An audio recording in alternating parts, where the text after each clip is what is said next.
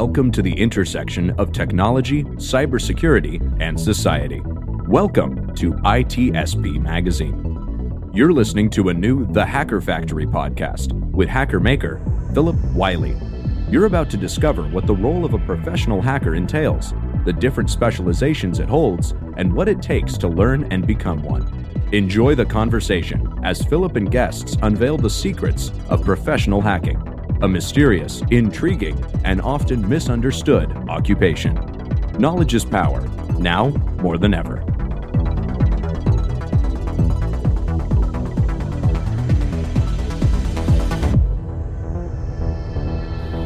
Hello and welcome to another episode of the Hacker Factory podcast. Today, I'm excited to have Occupy the Web on today's show. Welcome to the show. Thank you, Phillip. Good to be here. So, yeah, thanks for joining. I know you're super busy, and thanks for joining the show. The focus of the show is to help people try to get started in cybersecurity and offensive security. So these stories are all helpful and motivating, and just based on what we talked about prior to recording, I think you've got some really great stuff to share. Thanks. Thank you, Phillip. I'm happy to talk about what we've been doing. As you know, I run the hacking school website, Hackers Arise. I've also been war against Russia. That's part of the reason why I need to remain anonymous. There's a lot of reasons that I need to remain anonymous, but that's right now the most important one, because I'm literally seeing attacks from Russia against me almost every day. I would say probably every day, sometimes more than once a day. So I need to remain anonymous to maintain my physical and information security. So I am a little bit concerned there, because they seem determined to find me, and so I will try to remain anonymous. Definitely understand that. So yeah, this is going to be a great show. Looking forward to the topic, especially getting into the Russia and Ukraine related stuff. But if you could kind of share how you got started, kind of your origin story. My origin story. Wow, let's see. That goes back. That goes back quite a way. First, there was my mother and my father, and they met. Okay, and anyway, so I think what you're actually referring to is my origin story in information security. So yes, yeah. All right. So what? It's kind of it goes to my having to remain anonymous. But I used to be a professor of computer science. And, I have a certain streak of curiosity and mischievousness. And that streak of curiosity and mischievousness led me places that I probably shouldn't have gone. Okay. And as a result, I ended up with some legal trouble. I actually did spend some time behind bars. I haven't revealed that to many people. When I came out, I was offered opportunities to work with the U.S. military and the intelligence community. And I was very thankful for that, because at the time I was without work. And I didn't have a job, and I lost my job. Didn't have much money left, and so I was offered an opportunity to work with them. I started training them, and it became really clear to me that information security, cybersecurity, cyber warfare, those areas are probably the most important IT areas, okay, if not the most important areas in the world, in the whole spectrum, okay. I think the war with Russia and Ukraine has shown how important it is. I've always kind of focused my cybersecurity hacking to the cyber war side of things, because I've always anticipated that we would see what we're seeing today, and I think cyber war is what we're going to see continuously in the future. I mean, we see cyber war taking place almost every day, right? People aren't aware that the U.S. hacks Russia, and Russia hacks the U.S., and China hacks the U.S., and U.S. hacks Russia, and China hacks India, and India hacks China. I mean, this is going on a daily basis all the time. Okay, but right now is the first time we've actually seen cyber warfare break out into the open between Ukraine and Russia, and for that matter, the hacker community in general against Russia. Not all hackers are anti-Russia. Let's be clear, but probably 90% are defending or at least side with Ukraine against the incursion. And I'm going to back up and say anti-Russia. I'm not anti-Russia. I love the Russian people. Okay, I'm anti-Putin. Okay, I'm anti-aggression. Okay, against Ukraine. Ukraine has a right to remain free. Okay, they have a right, just like you and I have a right to remain free. Each one of us in our countries has a right to remain free and not be fearful for the aggression of our neighbors. Ukraine has that right as well. Apparently, Putin doesn't think they do have that right, and I think that is scary not only for Ukraine but for all of Europe, okay, and for anybody in the world, okay, that Putin believes that he can just march his troops into any place and install his own government and flatten cities. I think we all should be fearful of that. So I've always, in all of my cybersecurity, and maybe it comes from my background of working with the military, but I've always had a focus on cyber warfare. So when the war broke out in Ukraine against Russia, and that was not unanticipated, obviously, I immediately began to defend Ukraine. And I raised a small army to help defend Ukraine. And we have been attacking Russia, defending Ukraine since February 24th. I mean, I can literally remember the moment when Ukraine got invaded, and we were ready to go, and we went immediately did that huge DDoS attack against Russia. And basically, there was probably 100,000 people involved in that attack against Russia. Russia said that they identified 17,000 IP addresses. Obviously, one of them is mine, that partook in that, and they're trying to get retribution on those 17,000. But in reality, there was probably closer to 100,000 people were involved in that. And we basically, it was the largest DDoS attack in the history of the world. Okay, we basically shut down Russia's internet access, or at least let's put it this way, the government and major companies' internet access for about 5 weeks, I think, is what it ended up going. We shut down the stock exchange. We shut down all the major government sites, the military sites, and eventually Russia responded. You know, as you know, it's not that hard to block a DDoS attack if you expect it, right? And they did, and so now it's a lot harder to DDoS the Russian sites, but we gave them a taste of what we are capable of doing when we all work in concert. Very interesting. And it's kind of interesting too, that the Ukraine, kind of reached out to the world asking for assistance, because I would think typically these kind of things are just kind of going on in the background and people really not hearing about it. But this is like the first time I can really recall that a country has asked for the help of the hacker community to come help defend them. Yeah, that's a really important point, because it's probably the first time in the history of the world that a country has reached out to the hacker community and said, look, we need your help. And we responded. And I think that they're very grateful for that. At least they've expressed their gratitude to me and to others, that they're very grateful for our assistance in helping them repel. Ukraine has been successful so far, whatever it is, 6 months into this war, almost 6 months, that they've been able to repel a much larger, much more powerful adversary. And part of that is what the hackers have done. Okay, not only the hackers inside of Ukraine, which there's some really good hackers inside Ukraine. Okay, so those guys are doing a really, really good job, and they need to be applauded.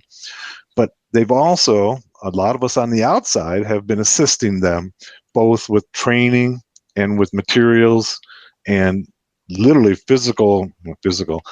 virtual attacks against the Russian infrastructure.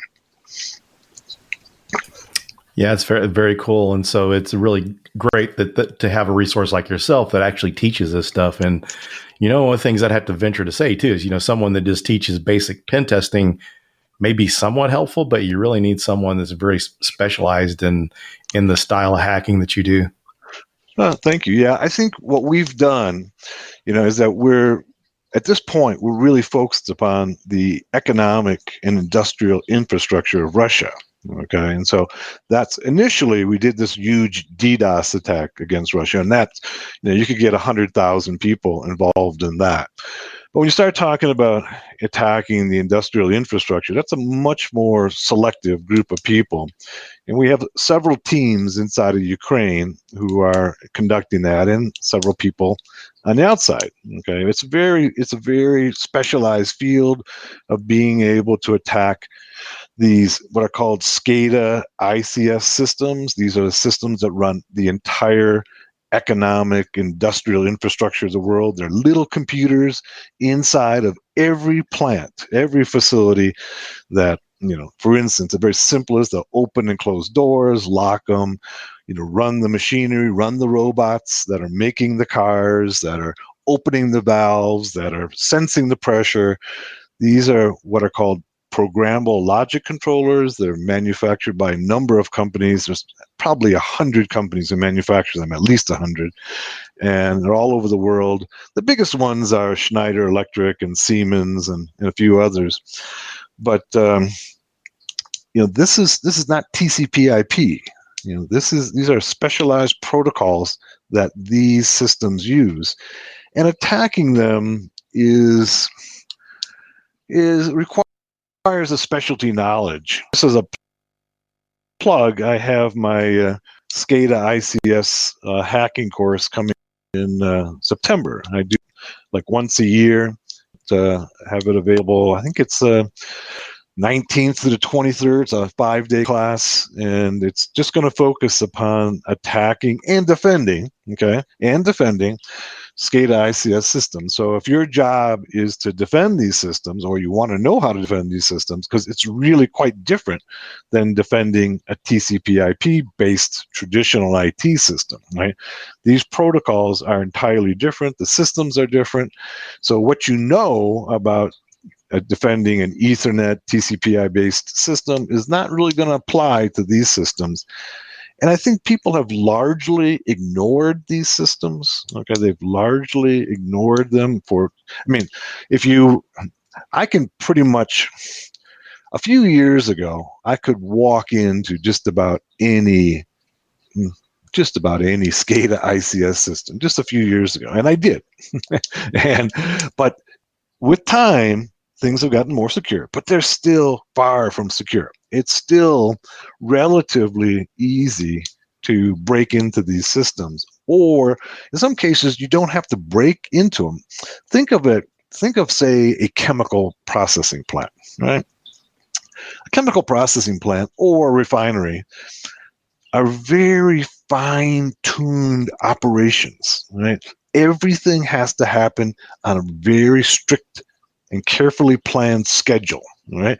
If one valve doesn't open at the right time, or the temperature sensor is off by a few degrees, the whole plant can blow up, right? So imagine, and this has happened, this obviously has happened, is that if a valve doesn't open on time to release some pressure builds up in a boiler or a distillery, and the pressure gets too great, the thing blows up. All right. This has happened outside of the cyber war world. It is now happening inside of Russia. Okay. And part of it is simply what's happening is that there are random inputs being sent into the Russian systems, okay, random. Okay. To attack one of these systems and take control of it sometimes takes months or years to be able to do your research to be able to properly attack them. It depends upon the facility. But many of them are simply susceptible to random inputs, okay? Random inputs of an opening and closing of a valve, okay? A random input into at what temperature should I open and close the valve. Many of these systems, I'd say half of them, are susceptible to random inputs, that you can send inputs into them. You don't know what those inputs are going to do. But remember, these are really, really finely tuned systems. If even one register has the wrong value in it, one register inside these systems might hold the value of the temperature or the pressure where the valve needs to open. So if you can change the value in that register, then the system doesn't operate the way it's supposed to. Now, that change may be innocuous. It may be disastrous. Okay, it depends upon the various operations there. So this is kind of the equivalent of a DOS attack against SCADA systems, and we've had some success. Okay, in this regard, we've got lots of people sending random inputs into the Russian industrial infrastructure. Very interesting. And so for the folks listening, and correct me if I'm wrong, this is kind of although maybe they use malware or whatever, but this is kind of similar type of attacks to like Stuxnet. It's in the same level of Stuxnet. So Stuxnet was an attack against an industrial facility, the uranium enrichment facility at Natanz in Iran, where they were enriching uranium, and that was probably perpetrated by the NSA. Right? That project was a 3-year project to be able to get inside of that facility and basically reprogram the PLCs. So we don't have 3 years, right? But it's a similar type of attack in that we're sending random inputs into these facilities versus Stuxnet sends very specific inputs into what they were doing is controlling the speed of the centrifuges that enrich the uranium. We don't have 3 years here to be able, well, we might. Who knows how long this war will go. But in our case here, we're just simply trying to disrupt the industrial infrastructure of Russia. Yeah, it's very, very interesting. And one of the things, too, I think, just to kind of show for comparison, because, people learn about, hearing about pen testing and red teaming. So the kind of stuff you guys are doing are probably more, I would say, are more similar to what a red team operation would be, trying to go undetected and so forth. Well, we've got to go undetected. Yeah. So this would be like red teaming an industrial plant. All right. So we're going. So, most pen testers are working in a traditional TCP/IP environment, and we do that as well. But this is a very specialized field of working in industrial plants, and your TCP/IP background simply isn't going to apply to these types of facilities. So I know some of these facilities you're able to get through the internet. So are there cases where you have to get physical access? I mean, I know they use different types of wireless technologies like IoT. So how's that typically done? I mean, is most cases you're able to get the things through the internet? Well, in most cases, somebody has to manage and monitor these facilities. Okay, so that means that they have to have an interface, okay, to the internet, so that somebody can go ahead and manage and monitor it. And but once you get past that interface, all right, then what happens on the other side of the interface is all a specialty protocol such as Modbus or Profinet. Profinet was the protocol that was used in the Stuxnet attack. Modbus is the most widely used protocol. So you can get to the interface, all right? If you can get to the interface, and then at the interface, you use TCP/IP to get to the interface, and then past the interface, you have to use the protocols that these PLCs use, which is there's probably 20 or 30 of them that are widely used, like DNP3, Modbus, Profinet, OPC. These are things that most people aren't familiar with, but once you get to that interface, then oftentimes you can send in probes, okay, and random inputs into those PLCs. You can actually send data to the PLCs through that interface. That interface is there simply to be able to allow somebody to monitor it. Now, really highly confident had, in some cases, that's true both in the West and in Russia. Okay, there are certain facilities that are off. We don't attack those plants. So, ability to interface with that connection that those plants have to the outside world, so that a engineer can manage and monitor it. If you don't, every one of these facilities has to have what's called a human-machine interface, where there's somebody managing to see that everything's working properly. And whether it be a water plant or a sewage plant or a refinery, somebody's sitting at a computer, and that computer is connected to that facility. All right. And oftentimes we can connect to that same interface to the plant, and then we can do what we do. Yeah, it's kind of interesting. Recently, I had someone show me that there was leakage of a PLC through the internet. You could just get to it from the internet. So I'm sure probably a little more secure in some of the scenarios that you're seeing, but just amazing sometimes what gets exposed. Yes, I mean, you can access the PLCs on many of these plants. So that's basically what we're doing, is that we're accessing the PLCs on these facilities. So you can, once you get to that interface, then you can send commands into the plant. Okay, in some cases you can pull data off. In some cases you can send new data into those facilities, and that's where the attack actually takes place. But trying to determine what the data that should be placed in those PLCs is not an easy thing to do. But what we're doing is sending random data. Okay. And so we don't really know what the impact of the data is. We only know that these facilities have to be finely tuned. And if you send random data in, there's a greater chance that the facility breaks down. Very interesting. And so, a lot of people join the show because they're trying to learn. So how would someone go about learning skills at this level? Well, like I said, I have a class next month, September, that's just 5 days of SCADA ICS. It kind of introduces people to what's going on in this area, the protocols, how these things work, how do PLCs work. That's what we do in this class. We have PLC simulators, what have you, that we work with. I also have a lot of tutorials on Hackers Arise, on SCADA hacking and security. We do a lot more in the class. So if somebody really wants to upgrade their skills in this area, I recommend coming to my week-long class. Is September 19th through 23rd. Okay, it's 5 days, and you're not going to be an expert at the end of the 5 days, but you'll have a good understanding of what actually is taking place in there. And then we do have an advanced SCADA ICS class as well. So once someone's went through that course, is there a way for them to set up a home lab to be able to practice what they're learning?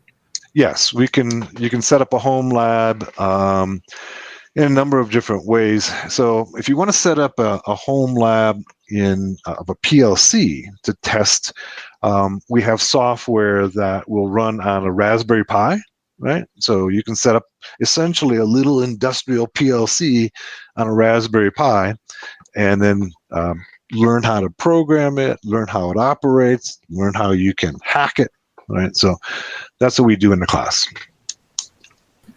Very cool. I guess the interesting thing about that type of hacking compared to your typical run-of-the-mill hacking, there's so many tools out there. Is there a decent availability of tools to do that type of hacking?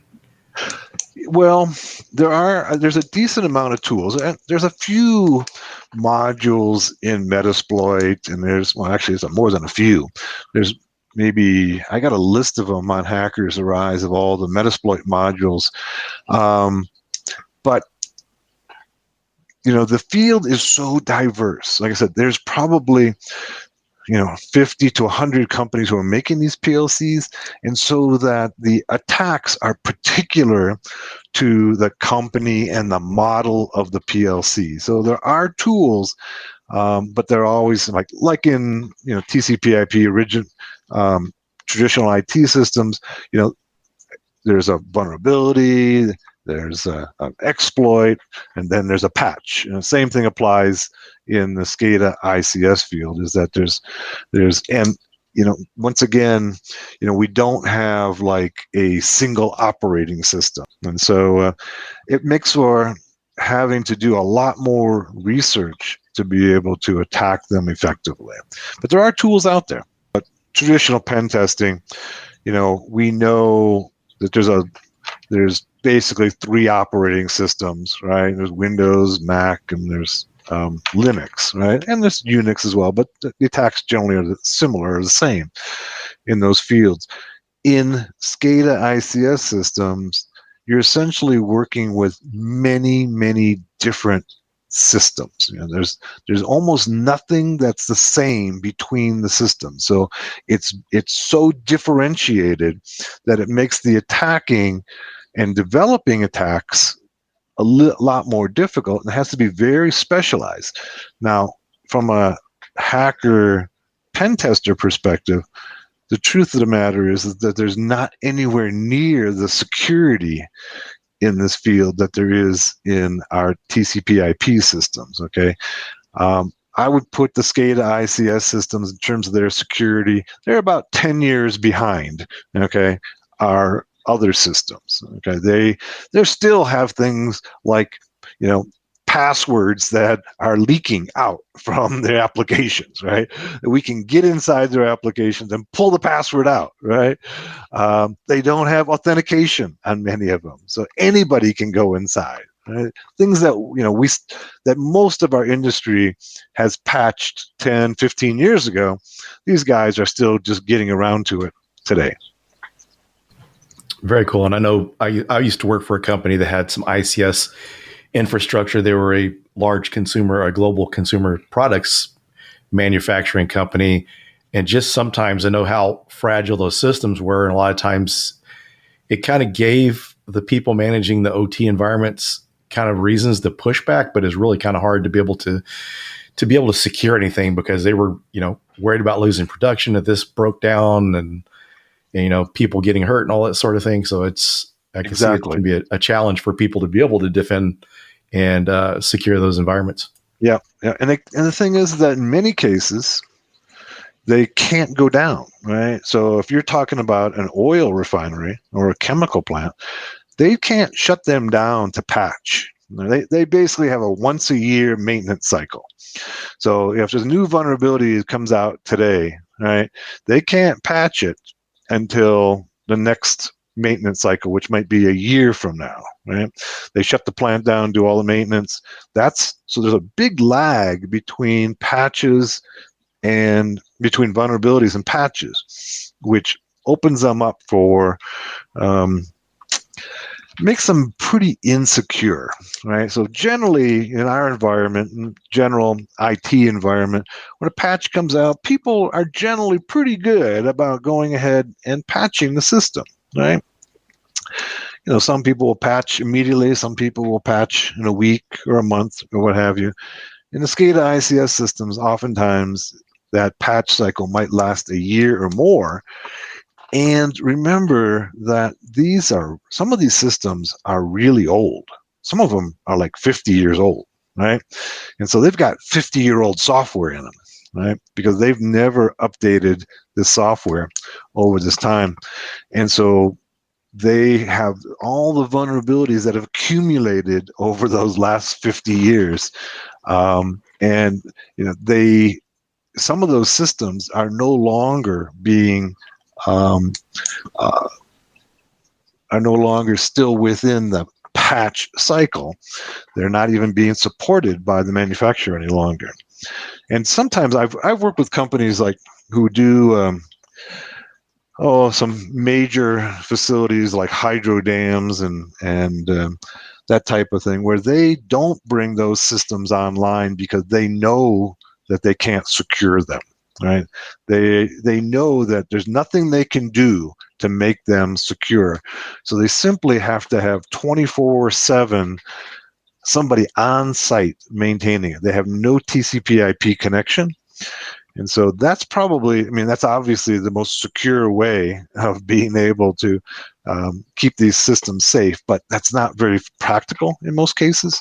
So most of these plants have some human machine interface remotely, and that means they've got to have a port open where attackers can exploit. Very interesting. So I wonder if just kind of going back to years ago in IT, where IBM would be maintaining someone's mainframe, and they'd have some kind of modem or other kind of back way in to be able to get in and do maintenance. Does much of that go on in ICS infrastructures? Yes, it does. As a matter of fact, we've had many vulnerabilities that are exactly that, where there's a developer portal, right, where they've left in a portal where the developer can get in and do maintenance. And one of the things that we do is look for those, and you can find them on some of these older systems that nobody has, and nobody's paid that much attention to their security over. This is a good example of security by obscurity, right? Who knows what's going on in the SCADA ICS world? People haven't really paid any attention to it, right? And so we have systems. I have a tutorial on Hackers Arise that I did. It was a tutorial that I did 6 years ago, where I basically walked into a facility. I mean, I basically took it over, got root access on it, and it was so simple. It was so incredibly simple. And why? Because nobody was paying attention to security. They just simply installed the system, and I was able to basically SSH and escalate privileges in it with very little skills and take control of the whole facility. Now, that patch has now gone out. That was actually a Schneider electric system. I did it. I put it up online. Schneider got very angry at me. But the truth of the matter is that they knew that was there. They knew that vulnerability was there, and they only patched it when I went ahead and showed the world how easy it was to take over their systems. They had been surviving on security by obscurity, and once somebody put it in their face that they had an incredibly easy exploit on their systems that just about anybody could exploit, they finally went ahead and patched that system. So now I still find some of them out there that still can be exploited with that. But people haven't patched it. They've got that system and they haven't patched it, but most of them are patched now. Very interesting. And I guess one of the things too for them. So this is an industry that's really, I think we lost the connection there. No, can you hear me? Yeah, okay, you got it? Yeah. Okay, good. Yep. Yeah. What I'm saying is that this is one of the things where they've really benefited by security by obscurity, because hackers have been focusing their attention on these TCP/IP based systems, Windows, Linux systems, and they haven't focused on these SCADA systems. And the industry has been able to survive with very little security because the same tools that you're using on traditional systems won't work systems. It's a whole different world. It's a whole different environment to work on. So the hackers haven't exploited these systems, but that's changing now. Yeah, and I'm sure too over the years it's been kind of, lack of knowledge, because I don't know how long SANS has been offering ICS security courses, which I don't think it's been a long time. So you just kind of look at the industry as far as IT, how they've been doing security for years, and it's been acceptable to not secure ICS and SCADA environments, and that's kind of become more of a new thing, but I can just imagine the awareness of it has prevented more people from getting into it. I think that's true. I mean, Sands has been doing a course for a few years, and I've been doing a course for, 4 or 5 years. I think the first one I did was 2016, so 6 years now. This will be the 6th year. But in all honesty, there really hasn't been that much interest. I've been offering this course, and there hasn't been that much interest in it until now. Now there's a lot of interest in it, right? And but I've been offering this course, and very few people sign up for it. This year we have a lot of interest in it, so. So if you're interested in SCADA ICS, and not only are you just interested in it because your company is a SCADA ICS facility, but I think it's a good way for people who are relatively new to the industry to differentiate themselves from everybody else. There's very few people who can put on their resume that they know SCADA ICS security and hacking, right? This is a way for particularly young people who are trying to get their way into the field, say, hey, I have a certain level of competence in a field that very few people know, and that's SCADA ICS. And of course, as more and more of these industrial companies realize how much they're at risk, there's going to be greater and greater demand for people who can either pen test them or secure them. So just like the traditional IT systems, you really can't secure a system if you don't know how to attack it, right? You got to understand how attackers are going to get into the system or can get into the system to be able to properly secure it, right? So, and there's multiple vectors of getting into these systems. Very interesting stuff. So we're coming down towards the end of the show. Is there any advice you'd like to share before we close it out?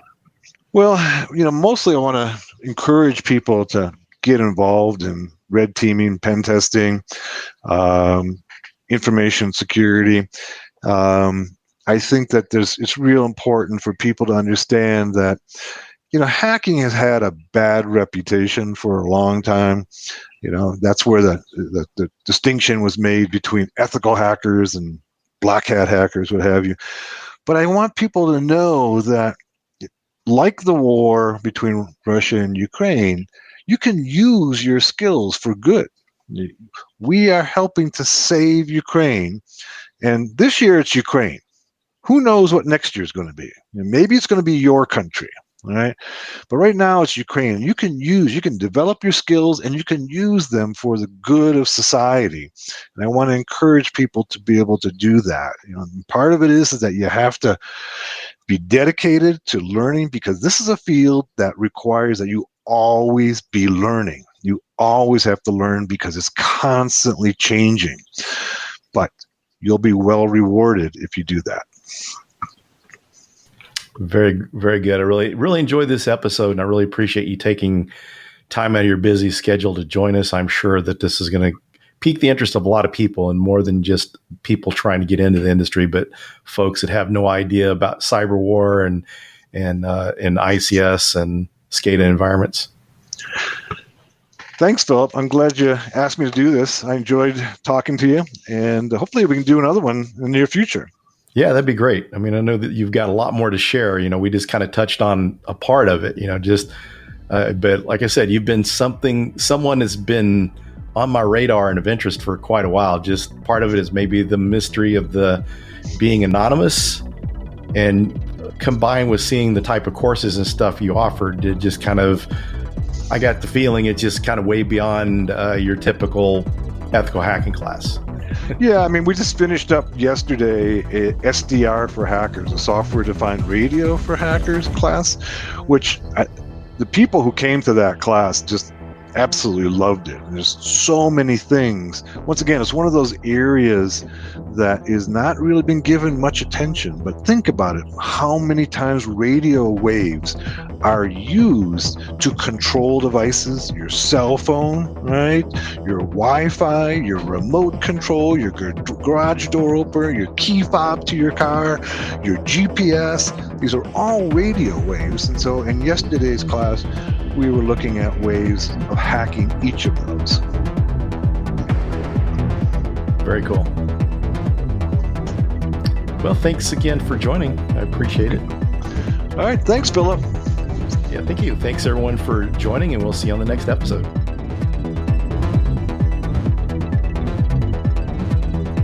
We hope you enjoyed this episode of the Hacker Factory podcast with Phillip Wylie. If you learned something new and this podcast made you think, then share itspmagazine.com with your friends, family, and colleagues.